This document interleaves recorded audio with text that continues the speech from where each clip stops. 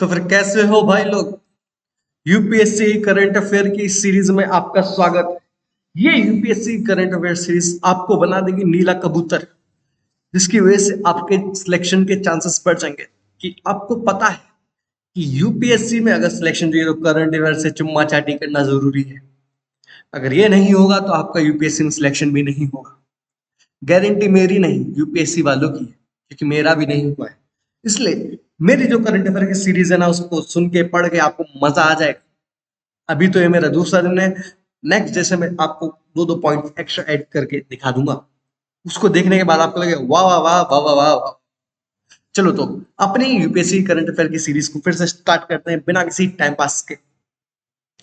पहली news, China का M है कंस्ट्रक्ट करेगा वर्ल्ड का पहला hybrid fusion fission nuclear plant. अभी तक आपने दो चीज पढ़ी होगी, या तो फ्यूजन न्यूक्लियर प्लांट है या तो फिजन न्यूक्लियर प्लांट। फ्यूजन मतलब दो एटम जुड़ के एक न्यूक्लियस से मतलब बनते हैं। जब फ्यूजन होता है मतलब जुड़ते हैं, फ्यूजन मतलब टूटते हैं। फ्यूजन होने में भी एनर्जी निकलती है और फ्यूजन टूटने में भी एनर्जी निकलती है। तो दो टाइप के न्यूक्लियर प्लांट थे, लेकिन चाइना चाइना बिना कुछ काम की, मतलब बिना टाइम पास के, बिना कुछ ऐसा काम की, मतलब बिना कुछ, मतलब चाइना कांड किए बिना नहीं रह सकती। इसलिए इन लोगों ने बनाने का सोचा है फ्यूजन फ्यूजन न्यूक्लियर प्लांट। और इन्होंने उसका नाम लिख दिया है जिंगहाओ शिंगाओ, ऐसा कुछ बोलते हैं वो लोग। शिंगहाओ लाइक शिंगहाओ, इसका मतलब होता क्या है, इसका मतलब फायर फ्लाई इन चाइनीज। ठीक है, तो अब ये प्रोजेक्ट के बारे में जान लेते हैं हम। एक 100 मेगावाट का प्रोजेक्ट है, जिसका टारगेट क्यू फैक्टर है 30 से ज्यादा। अब क्यू फैक्टर का मतलब आपको बता दे भाई, क्यू फैक्टर का मतलब है कितनी एनर्जी एक प्लांट ले रहा है और कितनी प्रोड्यूस कर रहा है, उसका ratio. The ratio of energy produced to the energy consumed in heating the plasma inside fusion reactor। समझे क्या बोला मैं, समझे? हाँ। अब फ्यूजन फिजन हाइब्रिड रिएक्टर का कॉन्सेप्ट को समझना है तो बस देखो ऐसा है। ये यूज करेगा हमारी हाई इंटेंसिटी न्यूट्रॉन फ्लक्स को, जो कि प्रोड्यूस्ड होगा बाय फ्यूजन रिएक्टर। इसके थ्रू हम न्यूक्लियर फ्यूजन रिएक्शन करेंगे एंड ब्रीड फिजल फ्यूल का यूज करके फ्रॉम फर्टाइल मटेरियल्स। समझे क्या बोला मैं? एक बार सुन लो। ये यूज करेगा हाई इंटेंसिटी न्यूट्रॉन फ्लक्स, जो कि हम फ्यूजन रिएक्टर से निकालेंगे, प्रोड्यूस होगा, और उसके थ्रू हम न्यूक्लियर फ्यूजन रिएक्शन करेंगे। अब इसके डिजाइन में आता क्या है? इसमें आता है एक फ्यूजन रिएक्टर का कोर, जिसमें ड्यूट्रियम और ट्रीट्रियम फ्यूज्ड होंगे to form helium and fast neutron. अब surrounded by blanket of fertile material. अब फर्टाइल मटेरियल है अभी आपसे कोई पूछ ले कि फर्टाइल मटेरियल होता है, तो दो ही है nuclear fertile material, uranium 238 and thorium 232। और हमारे लिए, हमारे यहाँ इंडिया में मोस्टली थोरियम 232 मिलता है। अब क्यों क्यों चाहिए ये? लो पावर रिक्वायरमेंट चाहिए होता है इसका। ठीक है, हाइब्रिड है तो लाइक प्रॉफिट्स होगा। देखो, फ्यूजन रिएक्टर है वो न्यूट्रॉन रिच होते हैं एंड पावर पुअर होते हैं, वाइल फिजन क्या होते हैं, न्यूट्रॉन पुअर होते हैं लेकिन पावर रिच होते हैं। अब दोनों के प्रॉफिट्स को मिला लो, हमको न्यूट्रॉन रिच भी मिल जाएगा, पावर रिच भी मिल जाएगा। सीधी बात, इसलिए इसको हम लाना चाहते हैं।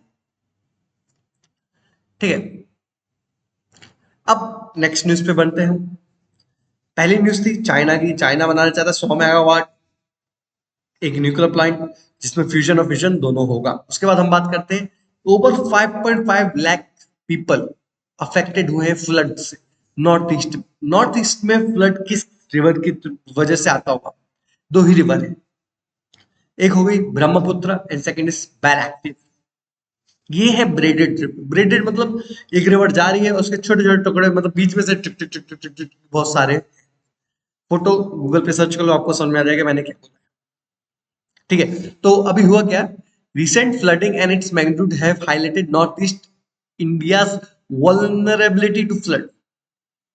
Reason for flood vulnerability of North East India, river instability. ठीक है, वही रिवर इंस्टेबिलिटी होने की वजह से। और ये रिवर इंस्टेबिलिटी होने की रीजन क्या है? ब्रेडेड है ये रिवर।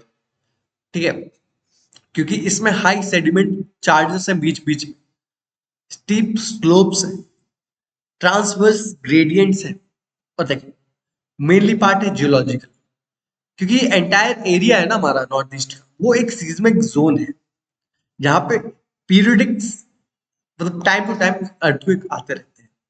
ये एक मतलब मोस्ट इंपॉर्टेंट रीजन हो गया कि यहाँ पे इंस्टेबिलिटी क्यों। फिर हो गया अपना हाइड्रोमीटरोलॉजी, ये जो हमारा ब्रह्मपुत्र एंड बराक रिवर है उसमें ना लाइक सीवियर स्टॉर्म्स भी आते रहते, टकराते रहते, मतलब उस एरिया में आके जाके टकराते रहते, जिसकी वजह से हमारा रीजनल इंस्टेबिलिटी कायम रहती है उस एरिया में। मोस्ट प्रोबेबली ये स्टॉर्म्स वगैरह कब आते हैं? लेटर पार्ट ऑफ मॉनसून में। फिर क्लाइमेट चेंज हो गया, कुछ रीजन, ग्लोबल वार्मिंग हो गया, ऐसे बहुत सारे रीजन आप लिख सकते हैं। ठीक है, अब एक एग्जांपल ले लो। In some area intensity of waterfall increase हुई है, और वो एरिया कौन सा है? देखो इंडिया का सबसे ज्यादा बारिश होने वाला एरिया कौन सा है? मौसम चेरापूंजी। ठीक है, आसाम की डिस्ट्रिक्ट, मतलब आसाम में एक डिस्ट्रिक्ट नॉर्थ, उसने देखा है कि जो पिछले 30 साल में ना बारिश हो रही है वो टाइम टू टाइम बढ़ती जा रही है, और उस टाइम टू टाइम बारिश के बढ़ने की वजह से वहां पे अलग अलग फैक्टर्स की मतलब प्रॉब्लम्स जनरेट हो रही। पहले तो अच्छा लगता था कि बारिश हो रही, फिर जब बढ़ रही है तो फ्लड्स आ रही हैं, फिर गांव विलेजेस, क्योंकि वहां पे लोग मोस्टली विलेजेस में ही रहते हैं, तो जो विलेजेस हैं उसको अफेक्ट हो रहा है, क्रॉपिंग पैटर्न अफेक्ट हो रहा है, फ्लोरा फोना अफेक्ट हो रही, बहुत सारी चेंजेस आते हैं ये हाई लाइक ये फ्लड्स वगैरह की वजह से। अब इसके कुछ फैक्टर्स हो सकते हैं, जैसे कि एंथ्रोपोजेनिक फैक्टर, जैसे कि हमने डैम बना दिया, एंक्रोच कर रहे हैं रिवर का जो एरिया है, एम्बैंकमेंट, वो यही सब हमारे फैक्टर्स हो गए। ठीक है, ये थी सेकंड न्यूज। अब हमारी थर्ड न्यूज पे हम आते हैं। India to build first ever indigenous polar research vehicle. वैसे ये एक बहुत इंपॉर्टेंट न्यूज है। India first ever indigenous polar research vehicle बना रहा है। तो इस न्यूज में है क्या?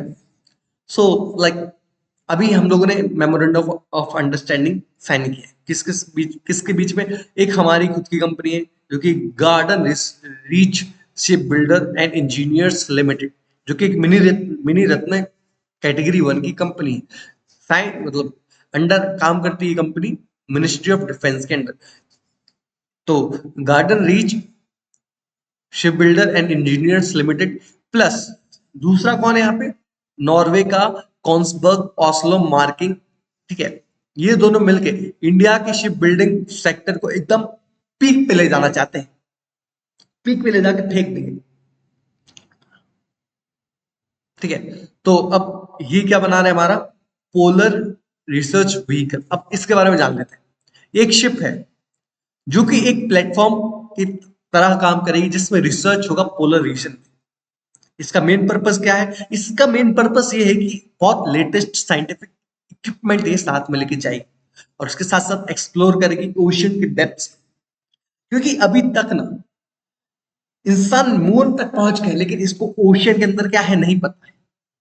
आदमी चूत या है कुछ विचारता। चलिए, तो इसका सिग्निफिकेंस क्या है? बस मोस्टली तो यही है कि भाई रिसर्च में काम आए। ठीक है, उसके साथ साथ अब ये तो अनपढ़ लोगों वाली बात हुई, रिसर्च में काम आए। अब पढ़े लिखे जैसे फैक्चुअल डाटा देने वाले लोगों जैसे बात करें, जैसे कि ये पोलर रिसर्च व्हीकल है, ये सर्व करेगा जो national centre for polar and ocean research है ना, एनसीपीओआर, गोवा में, उसकी सर्च एक्टिविटीज में काम करेगा। और जो हमारे एग्जिस्टिंग अभी तक जो हमारे साइंटिफिक मिशन, जैसे कि हमारा हो गया एंटार्क्टिका के 2 मिशन हो गए, मैत्री एंड भारती। मैत्री का टाइम कितना होगा? 1989 and Bharati is from 2011। And हमारा आर्कटिक में कौन सा है? हिमाद्री 2008 में स्टार्ट हुआ था।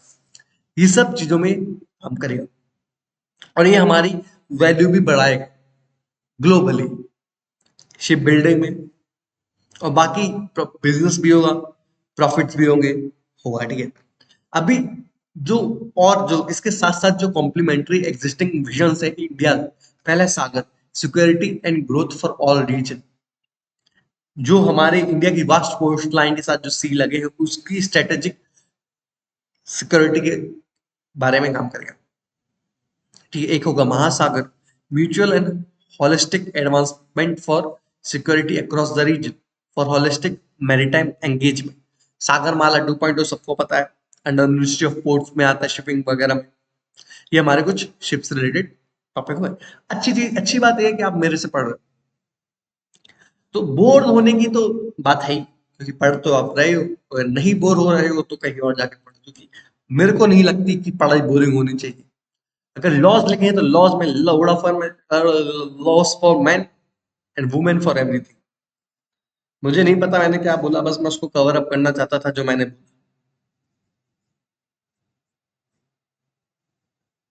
कभी कभी मुझे लगता है कि मैं डिप्रेशन में क्यों नहीं चला जाता। मुझे भी जानना है डिप्रेशन में जाने के बाद कैसा लगता है। मैं भी चाहता हूँ मैं किसी से ना बोलूं, अब बिना बोले मैं रह नहीं सकता।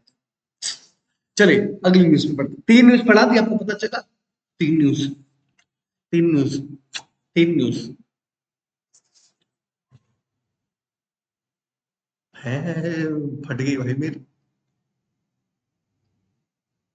कौन है? घर में अकेला हूं मैं। एक सेकंड ना लॉक लगा दूं, अगर कोई आया मेरा मर्डर करने तो एटलीस्ट, एटलीस्ट, एटलीस्ट अंदर तो नहीं पाएगा।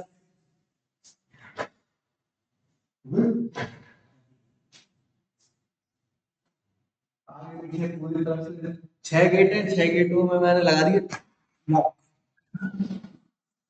तो फिर नेक्स्ट न्यूज पे आते हैं भाई। ये न्यूज है, law made by parliament for और state legislature can be an act of contempt of court. Supreme court ने बोला कैन नॉट बी। समझे, हर चीज में कंटेम्प्ट ऑफ कोर्ट लगाने वाला सुप्रीम कोर्ट भी बोल रहा है कि कैन नॉट बी। देखो कंटेम्प्ट ऑफ कोर्ट ना मेरे को लाइक बहुत ज्यादा एक्सेसिव पावर लगती है, क्योंकि किसी भी जज को लगता है कि भाई अगर इसने मेरे से, मतलब जज से भी अगर तुम वैलिड क्वेश्चन पूछ लो तब भी वो लगा सकता है कि कंटेम्प्ट ऑफ कोर्ट है। उसको लग रहा है भाई कि मेरे को बुरा लग गया, उसको बुरा लग गया तो बस कंटेम्प्ट ऑफ कोर्ट लगा देते। वकीलों को भी लगता है, और जो रियल वकील होता है वो नहीं डरता किसी से, लगा दो। ठीक है, तो अभी सुप्रीम कोर्ट का देखो, ये तो हो गया। सुप्रीम कोर्ट ने एक केस था, Nandini Sundar and state of versus state of Chhattisgarh. इसमें बोला कि that laws by legislature contradictory to the previous court order can not be viewed as सीओसी कॉक कंटेंट ऑफ कोर्ट। तो ये बोलता है, देखो नंदिनी सुंदर वर्सेस स्टेट ऑफ छत्तीसगढ़ में, कि अगर एक ऐसा लॉ बनाया गया पार्लियामेंट के थ्रू जो कोर्ट का प्रीवियस जजमेंट के अपोजिटली काम करता है, तो वो कंटेम्प्ट ऑफ कोर्ट पे नहीं आता है, क्योंकि वो लेजिस्लेचर की पावर है कि वो लॉ बना सकता है। लेकिन इसके साथ साथ वैलिडेट ये भी करता कि उसको कैंसिल आउट करने, मतलब अगर वो डिसोबे करता है कॉन्स्टिट्यूशन को, तो वो हमारे सुप्रीम कोर्ट की पावर है कि उसको डिप्राइव करे। ये बात कही गई है नंदिनी सुंदर versus state of Chhattisgarh case में। याद रखना ये केस, कितना प्यारा केस बता रहा हूं। तो अब समझ लो कंटेम्प्ट ऑफ कोर्ट क्या है। सिंपल सा मतलब है disobeying and disrespecting the court. अब उसमें क्या क्या आता है वो कोर्ट वाले जाने। Lowering its authority in dignity, legal legislative framework, इसका क्या है, contempt of court act 1971, rules to regulate proceeding for the contempt of the supreme court 1975। ये दो एक्ट हैं जो इसका लीगल फ्रेमवर्क बनाते हैं। अब कंटेम्प्ट ऑफ कोर्ट भी डिफरेंट डिफरेंट टाइप के हैं। पहला, willful disobedience of court. Second is criminal contempt. तो हम क्रिमिनल कंटेम्प्ट के बारे में जानते हैं, पब्लिशिंग और doing anything that scandalized lower court authority, prejudice और interfere with any ongoing proceedings, obstruct the administration of justice in anyone. देखो मेरी ना पॉलिटी बहुत अच्छी है, अगर तुमको कुछ भी समझ में ना आए इन चीजों में तो मेरे को बस बता देना भाई, इस चीज पे ना लेक्चर बनाता हूं, क्योंकि मेरे को वो नहीं लगता भाई मैं लक्ष्मीकांत उठा के आपको पढ़ा दूं। इजी है, वो कोई भी कर सकता है। करंट अफेयर पढ़ाना थोड़ा मुश्किल होता है क्योंकि उसमें चीजें समझ नहीं पड़ती, और मुझे चीजें आसानी से समझ में आती नहीं, इसलिए मैं ये पढ़ा। अब अगर देखो ये कंटेम्प्ट ऑफ कोर्ट के बारे में बता दिया, टाइप ऑफ कंटेम्प्ट बता दिए मैंने, अब कुछ आर्टिकल्स बता देता हूँ। आर्टिकल 129, सुप्रीम कोर्ट है, कोर्ट ऑफ रिकॉर्ड है। इसका मतलब ये होता है कि लाइक जो चल रहा है ना, तो पीछे वाले केसेस को भी सुप्रीम कोर्ट उठा के अपना आगे के जजमेंट को कंसिडर कर सकता है, और उसको नहीं करना है तो कोई बात नहीं, नया जजमेंट लगा दे। फिर आर्टिकल 215 एक्सटेंड करता है हाई कोर्ट को same power. Article 142, supreme court can pass order to ensure complete justice. Article 142 is like supreme. मेरे को लगता है आर्टिकल 142 सबसे ज्यादा पावरफुल है, क्योंकि इसमें कंप्लीट जस्टिस के बारे में बात करी गई है। कंप्लीट जस्टिस मतलब अगर सुप्रीम कोर्ट को लगता है कि यहाँ पे सही नहीं हुआ तो वो खुद आके बोल सकते हैं कि अपुन करेगा तेरा खेल। ठीक है, तो मेरे को आर्टिकल 142 बहुत अच्छा, जो जुडिशियरी की तैयारी कर रहे हैं उनको भी बहुत पसंद होगा ये वाला आर्टिकल, कंप्लीट जस्टिस। भले ही वो पढ़ते टाइम बहुत कुछ रहे हैं, लेकिन चलो जाने दो, वहां पे नहीं जाते। आर्टिकल 92 क्या बोलता है? Include contempt as a ground for reasonable restriction, freedom of speech वगैरह है, सब जाने दो। ठीक है, नेक्स्ट न्यूज पे आते हैं हम लोग। थर्मोफिलिक बैक्टीरिया, साइंटिस्ट को साइंटिस्ट का मानना है थर्मोफिलिक बैक्टीरिया जो हॉट स्प्रिंग में पाए जाते हैं वो है untapped sources of powerful antibiotics. तो थर्मोफिलिक बैक्टीरिया होते हैं मतलब जो हाई टेम्परेचर में भी आराम से ग्रो करते हैं, तो वो हाई टेम्परेचर नेचुरली कहाँ मिलते हैं? अपन हॉट स्प्रिंग में मिलते हैं। तो साइंटिस्ट ये मानते हैं कि वो चीज जो हॉट स्प्रिंग में जी रही वो है पावरफुल एंटीबायोटिक अनटैप्ड सोर्स, उसको जाके टैप करो। ठीक है, तो थर्मोफाइल्स क्या होते हैं? लाइक थर्मोफाइल्स, थर्मोफिलिक बैक्टीरिया को थर्मोफाइल्स बोलते हैं। ये एक माइक्रो ऑर्गेनिज्म है जो जो जो ग्रो कर सकते हैं 40 से 90 डिग्री सेल्सियस। और इनका रीजन क्या है? हीट, इतने हीट टॉलरेंट क्यों होते हैं? क्योंकि उनके मतलब वो अपनी बॉडी के अंदर पोर्स स्पोर्स बना लेते हैं, a dormant resistant state that help them to survive in harsh condition। ठीक है, अब इसका हम यूज कहाँ कर सकते हैं? Bio conversation of xylose to ethanol crude oil, degradation heavy metal recovery. ठीक है, जो भी है ये इसका लाइक ब्रेस्ट कैंसर के ट्रीटमेंट में भी इसका यूज सकते हैं, डेयरी प्रोडक्ट में भी हम इसका यूज कर सकते हैं, हाइजेनिक तरीके से बनाए। ठीक है, तो इसके कुछ ही हो गए। ठीक है, अब हम अगली न्यूज पे बढ़ते हैं। तो क्या पढ़ा इसकी पहले वाली न्यूज में? Thermophilic bacteria. तो इसमें आपको याद करने वाली बात क्या है? ये स्पोर्स बना लेता है अपने बॉडी के अंदर। सेकंड इसका टेम्परेचर की 40 से 90 डिग्री में ये रह सकता है। थर्ड इज कि कहाँ काम में आने वाला है? तो बायो कन्वर्जन ऑफ जाइलोज। उसके बाद क्या है अपना? Dairy product. उसके बाद क्या है हमारा? जो ब्रेस्ट कैंसर ट्रीटमेंट हो गया। फिर उसके बाद क्या है हमारा? टेक्सटाइल की डाइज में काम आता है। ठीक है, इतना से याद कर लो भाई। ठीक है, अब नेक्स्ट न्यूज पे चलते हैं। The Jammu and Kashmir Lieutenant Governor dismissed 3 government employees for alleged terror links using article number 3112। ये आर्टिकल याद रख लो, आर्टिकल नंबर 311 दो के थ्रू हमारा जो लेफ्टिनेंट गवर्नर है वो किसी भी गवर्नमेंट ऑफिशियल को उड़ा सकता है। रीजन टेरर लिंक्स उसमें लाइक, या फिर हमारे कंट्री की सिक्योरिटी को वो हार्म करता हो। तो अब आप आर्टिकल के बारे में जानते हैं।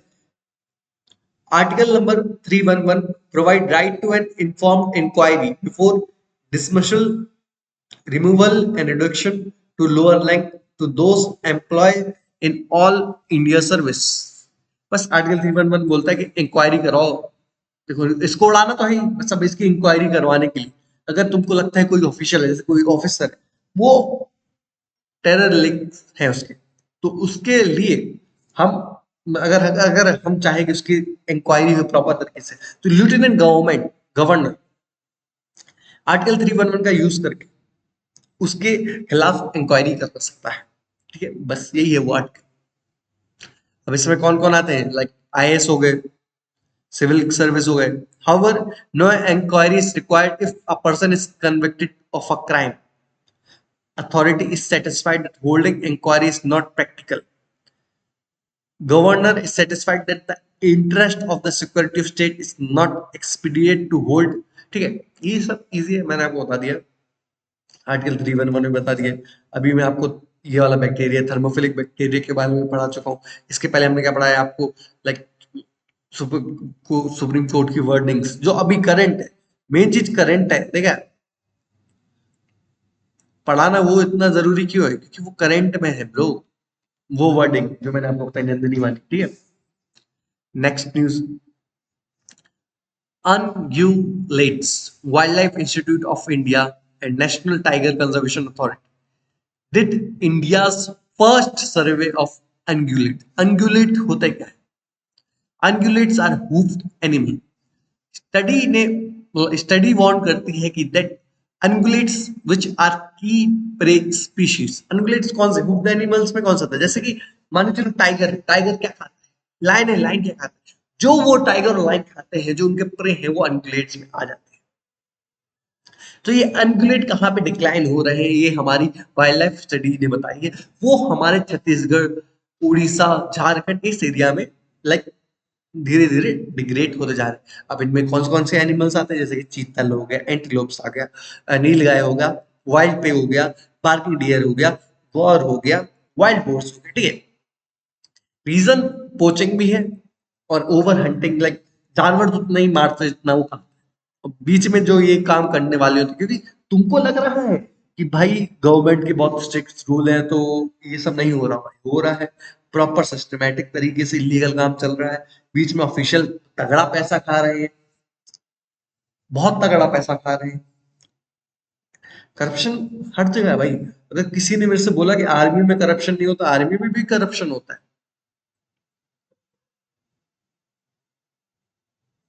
मैं आर्मी वालों पे सवाल नहीं उठा रहा हूं, क्योंकि वो सब टॉप टियर पे होता है। टॉप टियर, इसके आगे बोलने की मेरे को कोई जरूरत नहीं। और इतना मतलब इतनी भक्ति नहीं होनी चाहिए कि आप अंधे हो जाओ, आपको पता ही ना चले। मिनिस्टर तो हमारे हैं ही सारे चोर।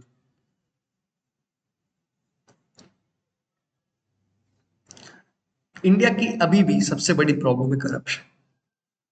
ये न्यूज भाई, ये बहुत इजी सी न्यूज है, आपको रीड करना है। अगर आपको पीडीएफ चाहिए तो मुझे कमेंट सेक्शन में बताओ कि पीडीएफ, तो मैं भी नहीं दूंगा। ठीक है, Directorate of Revenue Intelligence. While inaugurating DRI new headquarters in New Delhi, Union Finance Minister urged to adopt a holistic and technology-driven approach to tackle smuggling and narcotics trade. About DRI, DRI एक apex anti smuggling agency है of India. ठीक है, DRI ने office नया बनाया है new Delhi में। वहां भी हमारी यूनियन फाइनेंस मिनिस्टर गई और वहां पे बोलते बेटा ऐसी अप्रोच लो, ऐसी अप्रोच लो, ऐसी अप्रोच लो कि तुम टेक्नोलॉजी का यूज करके टैकल करो स्मगलिंग और नार्कोटिक ट्रेड। और सबको पता है कि हमारी जो डीआई है वो एक एंटी स्मगलिंग एजेंसी है इंडिया की, under the central board of indirect taxes and custom, जो कि मिनिस्ट्री ऑफ फाइनेंस के अंडर आई। तभी तो वो हमारी निर्मला सीतारमन जी बोल रही है।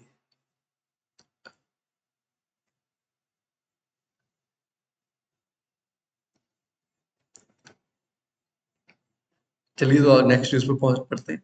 कर्ज कर्ज कर्ज ट्रेड, यूक्रेन ने बहुत बदतमीजी की।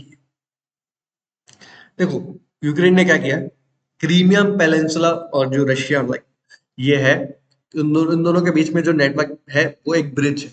उस ब्रिज को अंडर वाटर उड़ाने की कोशिश करी, मतलब उड़ाने के बॉम्ब फोड़े बहुत तगड़े तरीके से।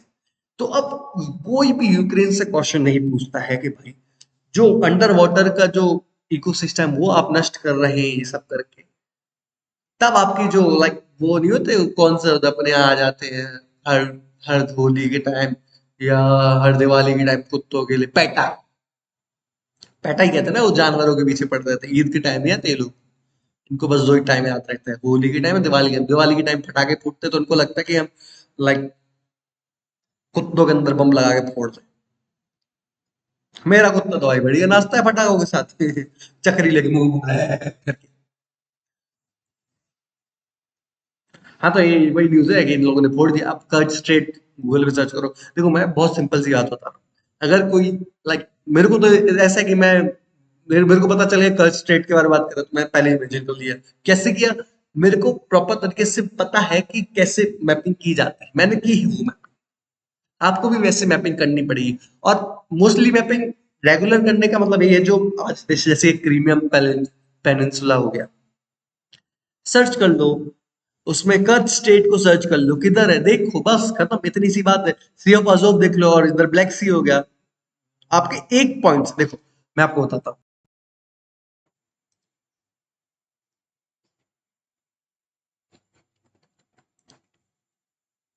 कच्छ स्ट्रेट, ये देखो, ये वो ब्रिज जो उड़ाया गया। अब देखो, आपको इतनी सी इसकी वजह से कितनी ज्यादा नॉलेज मिलेगी। ये ब्लैक सी दिख गया, ये आपको कौन सा है, सी ऑफ अजोव मिल गया। ये अपना ये हो गया क्रीमियम पेनिनसुला, ये होगा अपना कर्च स्ट्रेट, ये हो गया अपना ये यूक्रेन भाई साहब, ये रहे अपने, ये अपना रशिया आ गया, मोल्डोवा। फिर इधर देखो ये कौन सा है, कैस्पियन सी हो गया। इधर इतने सी वजह से आपको रेगुलरली इसकी प्रैक्टिस हो जाएगी। किसकी वजह से? मेरी वजह से, समझे? किसकी वजह से? मेरी वजह से। तो ये न्यूज हो गई। नेक्स्ट न्यूज पे आते हैं, वियतनाम। ऐसे वियतनाम देख लो, वियतनाम की कैपिटल हेन है, हनोई है। प्लेस इन न्यूज, क्योंकि ये लाइक इन लोगों ने अभी क्या किया है, वियतनाम में अभी लो चाइल्ड बर्थ हो रही है। तो लो चाइल्ड बर्थ की वजह से इन लोगों ने क्या किया है कि ये जो उनकी टू चाइल्ड पॉलिसी थी, उसको तोड़ दिया, मरोड़ दिया, क्योंकि लोअर बर्थ हो रही है। अब वियतनाम की लोकेशन पे आ जाते हैं, वैसे ही आ जाते हैं, आपको दिखाई देता हूँ। मेरे को पता है, मेहनत करने से रहे। ये रहा अपना वियतनाम, हनोई। ये रही, ठीक है। लोकेशन का है अपने साउथ चाइना सी में, कंबोडिया से टच हो रहा है, लाओस से टच हो रहा है। हनोई ये रहा, हांगकांग से पास में। और ये छोटा सा आइलैंड देख लो किसका है, ये अपना चाइना का आइलैंड है, haiku. China, high high high high. China देखो यार, क्या सही दिखता है।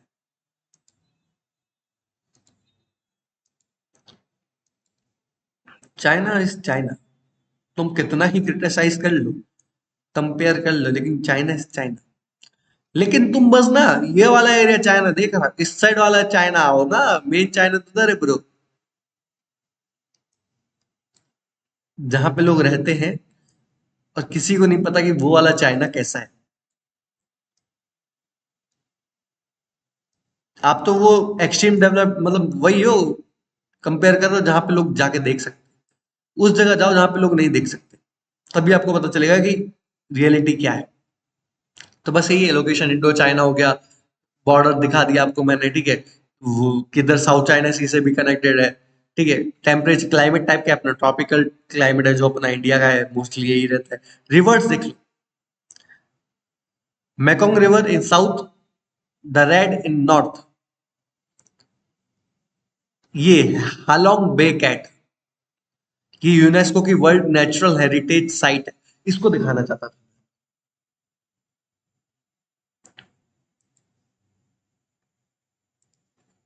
हालोंग बे कैट, म्याऊ।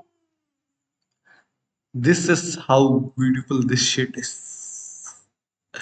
वो एक मैंने मूवी देखी थी, वो वाली क्या बोलते हैं, आपने भी देखी होगी, कुंफू पांडा। उसमें यही ऐसी ऐसे ये दिखाते हैं, बिल्ली रहती है, अटैक करती है। ये कितना सुंदर है ना। मेरा भी सपना है ऐसी जगह घूमूं, लेकिन पैसों की कमी की वजह से नहीं जा पा रहा। 25 साल का हो चुका हूँ, 1 रुपया नहीं कमाया। आज की करंट अफेयर क्लास में यही खत्म करता हूँ, क्योंकि मुझे दुख हो रहा है। मतलब खत्म हो चुके हैं करंट अफेयर, आज के 7-8 करंट अफेयर थे जो इंपॉर्टेंट थे, वो मैंने आपको करवा दिए।